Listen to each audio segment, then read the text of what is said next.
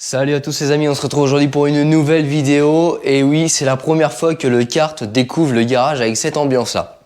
Alors ça va faire nettement plus propre, d'ailleurs je trouve qu'il ressort vachement mieux, je savais pas vous en vidéo mais ça me plaît quand même bien plus de travailler avec un environnement plus propre. Même si au début je trouvais que ça servait à rien parce que je m'étais dit c'est un garage, finalement je dois admettre que vous avez eu raison et que c'est quand même bien plus sympa. Alors comme à chaque fois que je décide de faire une petite session piste le samedi, et ben en semaine je vous sors une petite vidéo un petit peu vlog mécanique karting. C'est un petit peu ce que je vais faire parce que c'est vrai que le kart n'est pas la place numéro 1 sur la chaîne, mais petit à petit il commence à prendre un petit peu une place. Et donc je vais pas vous faire des tutos spécial kart, il y a des youtubeurs bien plus spécialisés là-dessus. Moi je préfère vous faire des petits vlogs comme ça un petit peu plus sympa, un peu ambiance copain quoi, où on parle un petit peu de mécanique de kart parce que moi c'est vraiment un loisir. Je fais pas ça du tout en compète ni rien, je fais vraiment ça en loisir déconnade quoi. Je rencontre quelques abonnés, c'est super sympa, on se marre bien. Et puis on se prend au jeu, on fait des petits chronos, des machins. Bon bah voilà, c'est l'esprit kart, c'est l'esprit que je recherchais. C'est pas du tout la compète. C'est pas dans mon esprit, du moins pas pour le moment. Alors aujourd'hui, qu'est-ce qu'on va faire? Donc déjà on roule samedi au circuit de l'Europe. Donc c'est prévu, hein, samedi je vais être avec le frangin, il passe me voir, donc du coup voilà, on a décidé de se faire une petite matinée, donc on y sera que le matin, parce que l'après-midi pour des raisons personnelles je ne serai pas dispo, donc du coup on y sera que le matin, donc à l'ouverture jusqu'à midi, parce qu'on n'a pas le droit de rouler entre midi et 14 tout simplement, parce que y a des gens qui achètent des maisons à côté des circuits, et puis après ils viennent râler, bon bah voilà, je pense que ça, c'est pas que par chez nous, c'est partout en France. On va se retrouver aujourd'hui, donc du coup, pour faire un petit check-up du kart. Il y a quelques petites révisions à faire dessus, bah voilà, les révisions entre guillemets basiques, mais qui viennent pas forcément à chaque session. Donc ça peut être au bout de 2-3 sessions. Après, tout dépend le nombre de temps qu'on roule et comment on roule. Moi, je le répète, ça reste du loisir, donc du coup, c'est un petit peu moins soumis que ceux qui font de la compétition. Donc aujourd'hui, plusieurs choses. Donc déjà, comme d'habitude, on a tout revérifié. Donc les vis, nettoyage complet, dégraissage, nettoyage du carbu, vérification des câbles, si le châssis n'est pas frotté, si les pneus sont bons, s'il n'y a pas de crevaison, etc., etc. Donc ça, c'est les révisions qu'on fait à chaque fois. Donc ça, c'est vraiment le basique. Maintenant, aujourd'hui, je dois faire ma vidange. Alors, c'est vidange de boîte, je vais appeler ça comme ça, mais c'est pas du tout le bon terme. En fait, c'est le vidange des engrenages qui se trouvent ici. Donc ça, c'est pas les engrenages de boîte, mais en gros, c'est les pignons qui permettent. Donc il y a le démarreur, il y a ce qui est au bout du vilebrequin, etc. J'ai pas les termes exacts, mais en gros, c'est la pignonnerie du moteur. C'est comme un petit carter assez faible. Je crois qu'il y a 50 ou 100 ml d'huile dessus. De toute façon, je peux pas me tromper, c'est écrit dessus. J'ai pas regardé avant de vous le dire, mais je peux pas me tromper. C'est tout simplement gravé sur le moteur. Donc il y a le type d'huile, voilà, le type d'huile qui est inscrit et la quantité. D'ailleurs, pour les connaisseurs de cartes, je vous pose 2-3 petites questions. Quelle huile mettez-vous donc dans ces engrenages-là sur un Rotax Max? Parce qu'on voit de tout et de rien. Là, je crois que c'est de la SAE 30. Donc moi, tout simplement, je vais bêtement recopier ce qui est écrit sur le moteur pour pas me planter. Mais j'ai vu que certains utilisaient de la Dexron, donc l'huile de boîte de vitesse auto. Certains utilisent de l'huile de moteur, tout simplement, de la 1040. J'ai même vu de la 540. Qu'est-ce que vous en pensez? Qu'est-ce que vous utilisez en compétition? Qu'est-ce qui est le mieux pour le karting? Les pros, je vous laisse me mettre ça en commentaire dans la vidéo. Ça m'intéresse. Et d'ailleurs, il me vient une autre question. Alors là, je ne connais pas du tout la réponse. Je vais vous montrer un petit peu ça. Tout simplement, je roule actuellement en couronne de 82 et j'aimerais passer en 78. Tout simplement pour faire des tests parce que j'ai l'impression de tirer un peu court. Mais bon, après voilà, c'est des tests, hein. Moi je vous dis c'est du loisir, c'est juste pour voir un petit peu ce que ça donne. Mais il existe une panoplie de longueurs de chaîne, donc de chaînes sur le kart, et je ne connais absolument pas les correspondances entre les chaînes, entre la taille de chaîne par rapport aux dimensions de la pignonnerie. Donc bien sûr il y a le pignon de sortie de boîte à prendre en compte, on a la longueur de la taille de la couronne à prendre en compte, mais du coup quelle chaîne correspond à quel type de démultiplication, là je ne sais absolument pas. Donc les pros, encore une fois, si vous pouvez me mettre tout ça en commentaire, ce serait super pour moi et pour tous les autres qui, entre guillemets, font du karting en loisir et qui n'ont pas ce type d'infos-là. J'ai un petit peu cherché sur Internet, j'ai malheureusement trouvé de tout et de rien comme dans tous les sujets sur Internet. Et vous le savez, je n'aime pas faire quelque chose si je n'en suis pas persuadé. Donc les sujets que je maîtrise, je vous les partage. Les sujets que je maîtrise pas, je vous pose des questions. Et si vous avez la réponse, alors ça m'intéresse de me le donner. Bien sûr, je ne souhaite pas que certains aillent choper les réponses sur Internet et me les mettent. Celles d'Internet, je les ai déjà vues. Donc ça m'intéresse pas forcément parce que c'est pas vraiment précis. Moi, je cherche quelqu'un qui maîtrise le sujet et qui pourrait me répondre précisément. Merci à ceux qui le feront. Donc aujourd'hui, qu'est-ce qu'on va faire? On va également, donc en plus de la vidange, on va réaligner la couronne avec le pignon de sortie de boîte. Pourquoi? Parce que j'ai remarqué quelques petits morceaux de limaille quand j'ai nettoyé ma chaîne dernièrement. Donc j'ai relevé des petits morceaux de limaille métallique dans la chaîne. Donc après avoir bien regardé, on voit que la couronne s'use légèrement plus d'un côté que de l'autre. C'est un petit peu chiant ce micro-cravate qui se plie, qui sert pas assez. Bon bref, c'est pas grave si vous m'entendez, c'est bien. Et en fait, j'ai remarqué donc que la couronne s'use plus d'un côté que de l'autre, donc elle doit être légèrement décalée, je pense d'1 millimètre vers l'extérieur, ce qui fait que la chaîne se désaxe et donc use prématurément la couronne. Donc ça, c'est un point que je vais vérifier. Donc pour ce faire, alors là c'est pareil, il y a bien mieux, hein. Il y a des outils laser notamment qu'on utilise pour les motos pour faire ça. Là je vous dis, moi je suis pas un pro du kart, j'en fais pas tous les week-ends, j'en fais 2 fois par mois juste pour me marrer. Donc j'ai tout simplement acheté cet outil là, qui est donc une réglette marbre. Donc qu'est-ce que ça veut dire? Ça veut dire que c'est une réglette qui est parfaitement droite. Donc d'une, parce qu'elle peut mesurer en fait l'usure de la chaîne, donc c'est bien pratique quand vous avez besoin de mesurer l'usure de la chaîne tout simplement. Et en fait, du fait qu'elle est hyper droite, et ben vous allez tout simplement pouvoir aligner la couronne avec le pignon. Donc en fait ça va tout simplement venir se faire comme ça. Donc bien sûr il faut démonter la chaîne, hein, parce que là avec la chaîne posée dessus on n'aligne que dalle. Mais une fois la chaîne démontée, on vient aligner donc notre couronne à notre pignon de sortie de boîte et ça permet de voir que tout est bien aligné. Donc ça on va le faire également. Et puis ce sera tout, hein. Il y aura la vidange et l'alignement parce que le reste tout a été fait. Je ne vais pas vous faire une vidéo à chaque fois que je vérifie les freins, la boulonnerie, etc. Ça sert strictement à rien. J'envisage aussi pourquoi pas de remplacer incessamment sous peu le radiateur. Tout simplement parce que il a du vécu, hein, vous voyez par vous-même. Là il a été ressoudé ici, là il a morflé un peu. Bon tout ça c'est les cailloux, c'est de l'usure normale. Mais là ici il a été bien morflé, il a été ressoudé ici. Ici j'ai du scotch, bon j'ai pas de fuite, mais pourquoi il y a du scotch, j'ose pas le retirer. Je me dis avec un peu de bol ça va être le petit Kinder Surprise. Derrière c'est pareil, il a bien morflé derrière, vous voyez. Alors il fonctionne parfaitement et je dirais même qu'il fonctionne un petit peu trop bien dans le sens où si les températures sont un petit peu faibles, tout est relatif, mais si on tourne le matin, j'atteins pas la température optimum du moteur. Je roule à peu près à 45 degrés, donc ce qui est pas forcément très bien, sachant que la température minimum pour rouler dans les conditions sport du kart c'est 40 et la température idéale se trouve à l'ordre de 60 degrés. C'est pas moi qui l'invente, c'est inscrit sur la documentation du moteur de karting. Et donc je suis au minimum de cette température-là. Donc pour ce faire, déjà pour monter plus vite, parce que là il est extrêmement long à monter en température, ce qui fait que je suis obligé de faire en gros 5-6 tours pour le monter en température, c'est un peu chiant. Et en fait, sur les, entre guillemets, nouveaux karts, mais celui-là a un radiateur d'avant 2011. Donc sur les après 2011, ici vous avez un volet qui se met. Donc les pros ils connaissent bien, hein. Le volet permet en fait de cacher une partie du radiateur, donc de réduire la taille du radiateur pour d'une monter plus vite le moteur en température et selon la température extérieure pouvoir gérer la quantité d'air à passer dans le radiateur et donc la température finale d'eau du moteur. Et moi ça je ne l'ai pas et je peux pas l'adapter tout simplement parce qu'en fait il manque les 2 pattes qui sont ici sur les radiateurs après 2011. Et donc, je me dis que ça fait quand même pas mal d'éléments pour le changer. Alors après, c'est une pièce qui n'est pas donnée. C'est une pièce qui vaut à peu près 350-370 euros. Donc ça laisse quand même à réfléchir. Mais je compte en faire cet hiver. Et je pense que cet hiver, ça va tout simplement me poser des problèmes.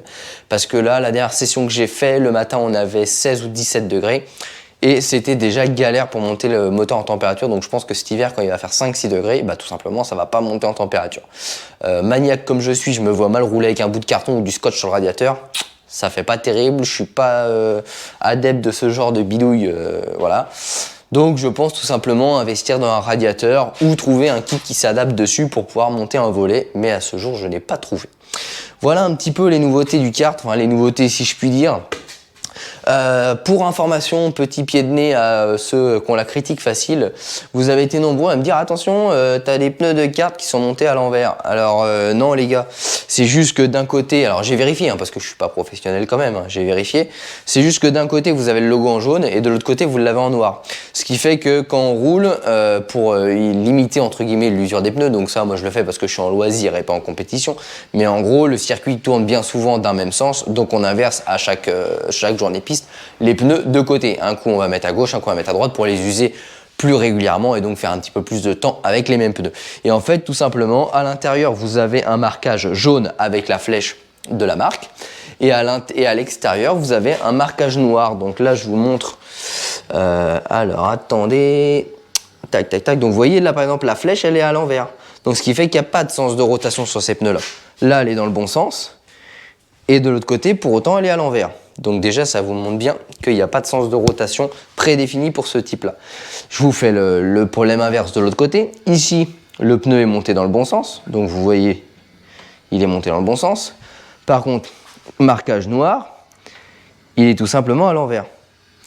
Donc voilà, c'est juste une question de sens du pneu et donc de marquage, la marque jaune ou la marque noire. Donc si vous inversez le gauche et le droit, un coup il est dans le bon sens, selon ce qu'ils disent, un coup il est dans le mauvais sens. Après vérification, il n'y a pas de sens de rotation sur ce type de pneu là, donc pas de souci. C'est pareil pour les pneus arrière, hein, pour ceux qui ont l'œil et qui ont regardé. Je vais quand même regarder parce que moi je débute, donc je suis ouvert à la critique, mais c'est vrai qu'il y en a qui ont la critique un peu facile, qui doivent sûrement s'ennuyer les pauvres. Enfin, eh ben écoutez, moi je vous propose qu'on commence par la vidange du moteur. Et puis une fois que la vidange sera faite, on s'attellera tranquillement au kit-chain. Donc tout simplement, on va avancer le moteur, on va retirer la chaîne, on va repositionner le moteur, on va aligner la couronne avec le pignon. Et ensuite, une fois que tout sera aligné, donc l'alignement se fait ici par les vis, voilà, qui se décalent sur l'axe qui est ici. Et une fois que tout ça c'est ok, on resserre, on remet la chaîne, on retend le moteur et c'est terminé. Ça va prendre quoi, un quart d'heure à tout casser de aligner tout ça.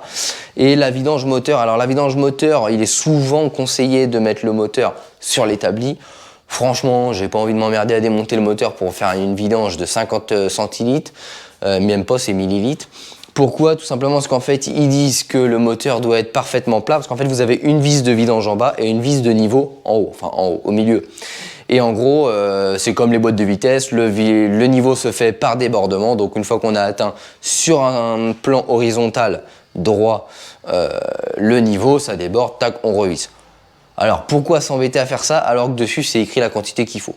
Donc je ne vais pas m'embêter, la vis de niveau je vais pas la retirer, je vais vidanger, je vais remettre la quantité indiquée, soit 50 ou 100 ml et basta, ça suffira parfaitement. Je n'ai pas envie de déposer le moteur spécialement pour ça, c'est pas que ça prend beaucoup de temps, hein. Vous pouvez déposer le moteur en un quart d'heure, le moteur à y déposer, mais j'ai pas envie de m'ajouter du boulot alors que j'en ai pas forcément besoin. Le moteur sera déposé quand on fera segment piston. Et bien écoutez, je vous propose, on attaque tout de suite. Allez, c'est parti, on va vidanger ça. Alors, vu le gros moteur et la grosse quantité d'huile qu'il y a, j'ai prévu la réserve en conséquence. Hein, donc on va vidanger tout simplement avec un bidon en deux de cette taille-là.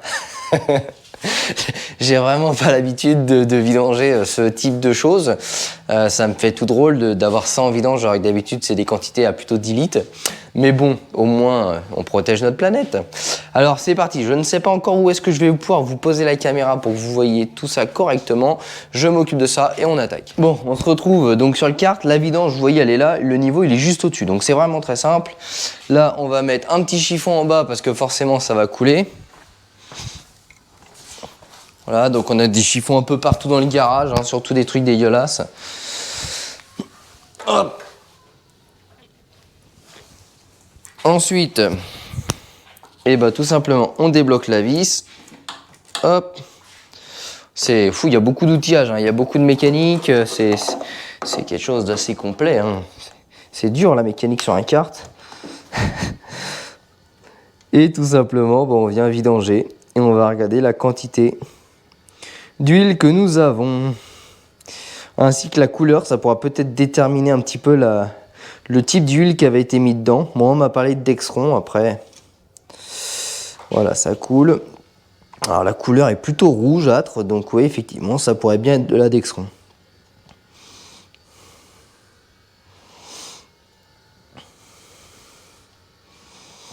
Donc bien évidemment, quand on fera segment piston, on remplacera tous les joints, je dis bien tous les joints du karting. Je suis pas une pochette de joints à 15 €, donc pour moi, quand on fait ce type d'intervention-là, on remplace tout, on fait pas les choses à moitié. Donc là, hop, on va pas poser ça sur le pneu, ça serait dommage de faire un tête à queue samedi. On va ouvrir le remplissage pour faire un appel d'air. Donc le remplissage se trouve tout simplement au-dessus, hein. C'est un petit bouchon noir. Voilà, vous voyez, c'est ce petit bouchon là qui en fait dessus permet le remplissage. Vous avez également une mise à l'air, donc un petit tuyau pour la mise à l'air. Et bien écoutez, ça a l'air d'être vidangé. Alors comme je vous l'ai dit, hein, il y a une quantité qui est assez importante, hein. Donc là on avait un petit 100 ml, donc oui à mon avis ça doit être 100 ml, je vais regarder sur le moteur. Et on va tout simplement rajouter. Donc là on voit par contre l'huile était quand même assez cracra, je ne sais pas ce qui avait été mis dedans. Ça n'a pas l'air d'être de la Dexron parce que c'est pas de l'huile rouge, c'est de l'huile plutôt marron qui est un peu brûlée. Donc ouais, ça niveau viscosité on dirait de la 10-40 à peu près. Je pense que ça a été mis c'est ce qui est conseillé par Rotax. Par rapport à ce que j'ai vu sur internet, hein, je tiens à préciser, mais les pros du karting n'hésiteront pas à le mettre en commentaire. Et bien écoutez, c'est parti, on vire ça et on remet de la neuf. Bon voilà, étant donné que je suis un petit peu maniaque, j'avais pas envie de remettre de l'huile comme ça. Du coup, je vais réinjecter en fait de la 540 tout simplement pour rincer le fond. Donc hop, j'injecte à la seringue.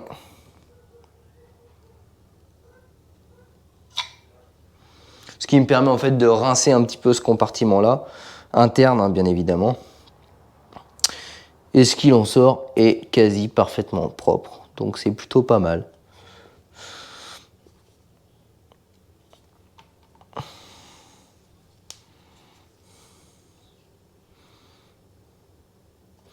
Voilà, c'était la petite partie rinçade, hein. Pour une petite seringue comme ça, ça fait 25 ml, la moitié de ce qu'il faut mettre.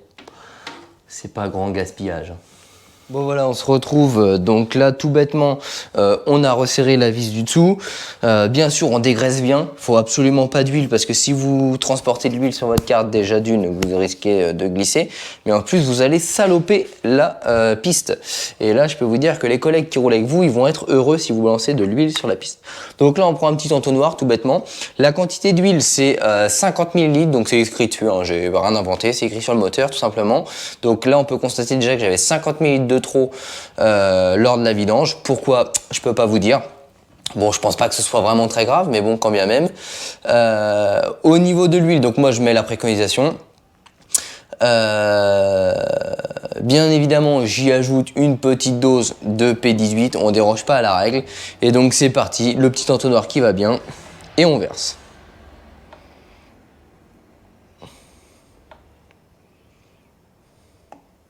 Donc c'est précisé sur le moteur également, il y a une petite étiquette que c'est à réaliser toutes les 5 heures.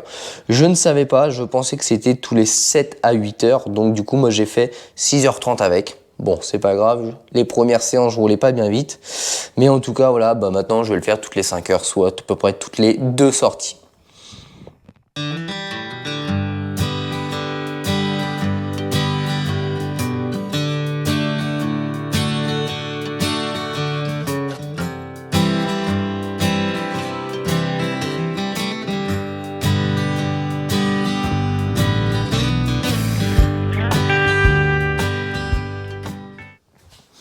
Donc là, tout simplement, on a dévissé donc les deux vis sous le moteur. On a dévissé la vis qui permet de pousser le moteur pour tendre la chaîne.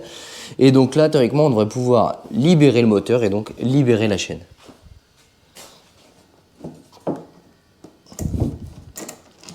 Voilà, hop. Donc là, la chaîne est retirée.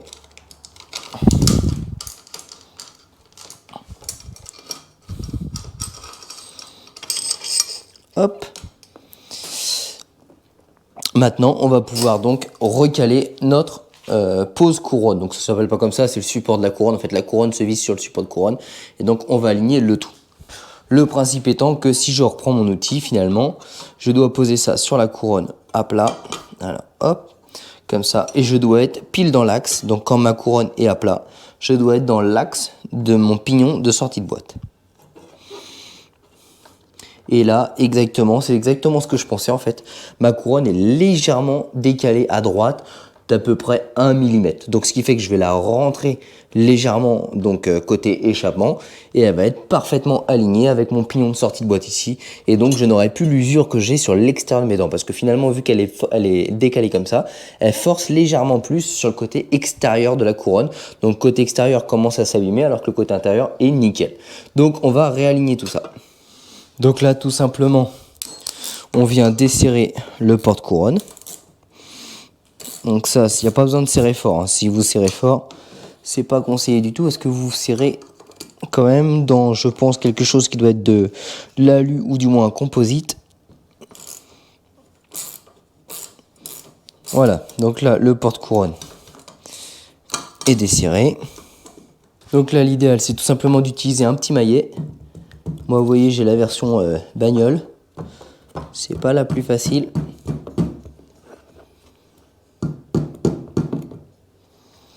Mais on va y finir par y arriver. Et là, bah, tout simplement, il vous suffit d'aligner. Hop. Donc là, il me manque encore 1/2 mm. Donc c'est quelque chose de faire assez précis.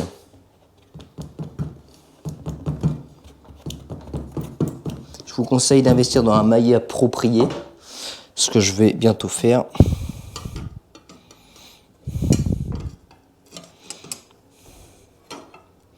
Voilà, et là donc on est parfaitement aligné. Quand j'ai mon réglé comme ça, ma couronne est parfaitement alignée avec mon pignon. Donc là c'est bon, on n'a plus qu'à tout resserrer.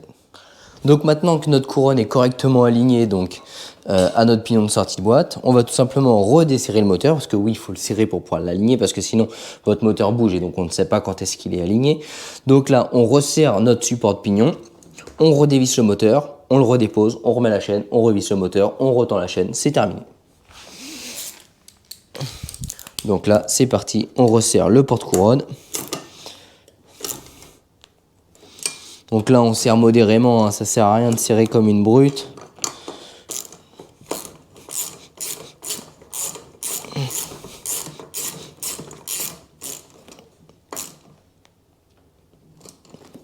Hop, on contrôle toujours le serrage en 2 fois parce qu'étant donné qu'il y a 2 vis, quand on serre l'un, ça desserre l'autre. Enfin, ça desserre, ça libère un peu la tension sur l'autre. Ensuite, on repasse dessous, on retire les 2 bris de moteur, donc qui ont juste été mis sans être serrés, juste pour pouvoir faire le réglage moteur. Enfin, le réglage. L'alignement du moteur avec la couronne.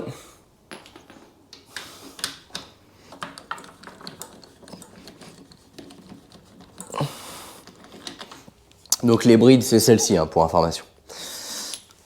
Hop.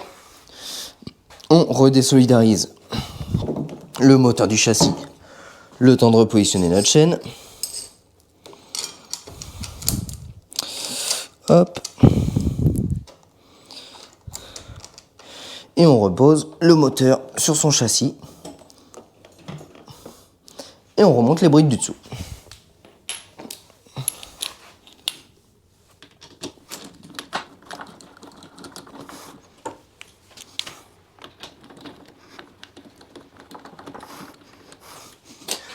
Maintenant que ça c'est fait, il ne nous reste plus qu'uniquement à retendre notre chaîne, donc avec la vis de 17. On va tout simplement venir pousser notre moteur afin d'avoir la tension souhaitée sur la chaîne. Donc là, c'est très simple, hein, il suffit de serrer ou de desserrer selon si on tend ou si on détend. Là, en l'occurrence, je tends.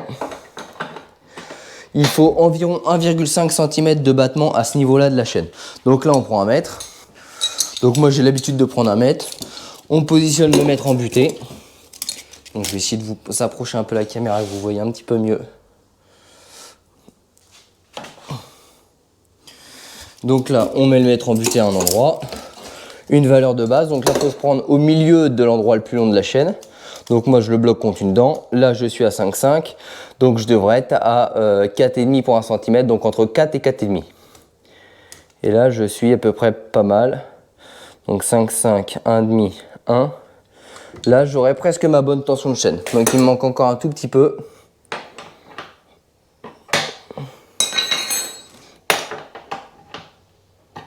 Ne pas hésiter à faire tourner la roue en même temps, voir s'il n'y a pas de point dur sur la chaîne. Voilà, là j'ai 1,2 cm de battement, donc là ma chaîne est terminée, l'alignement est terminé, on peut remonter. Bon et bien voilà les amis, ça s'achève pour aujourd'hui, cette petite session un petit peu carte garage. J'ai fini ce que j'avais à faire sur le kart, donc voilà, je vous ai un petit peu détaillé ce que j'ai fait, donc la vidange du moteur et le réalignement du kitchen, donc de la couronne par rapport au pignon de sortie de boîte, qui je le rappelle est ici.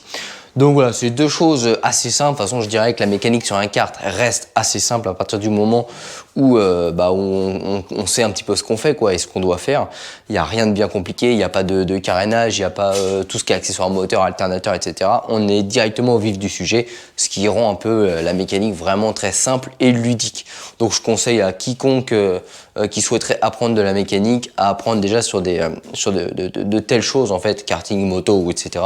C'est quand même bien plus simple que directement de mettre les mains dans une voiture où il faut généralement démonter beaucoup de choses pour atteindre ce qu'on souhaite remplacer. Donc voilà un petit peu, le kart est fin prêt pour samedi. Samedi, je rappelle, je serai sur le circuit de l'Europe, donc à côté de Tourville-la-Rivière, de 9h à midi. Accompagné de mon frangin qui, lui, n'a pas encore acheté son kart, donc va faire des locations de cartes. Mais voilà, ça va être une petite après-midi entre frangins, bien sympathique. Et vous les abonnés, je vous dis à bientôt dans de prochaines vidéos. Bye bye.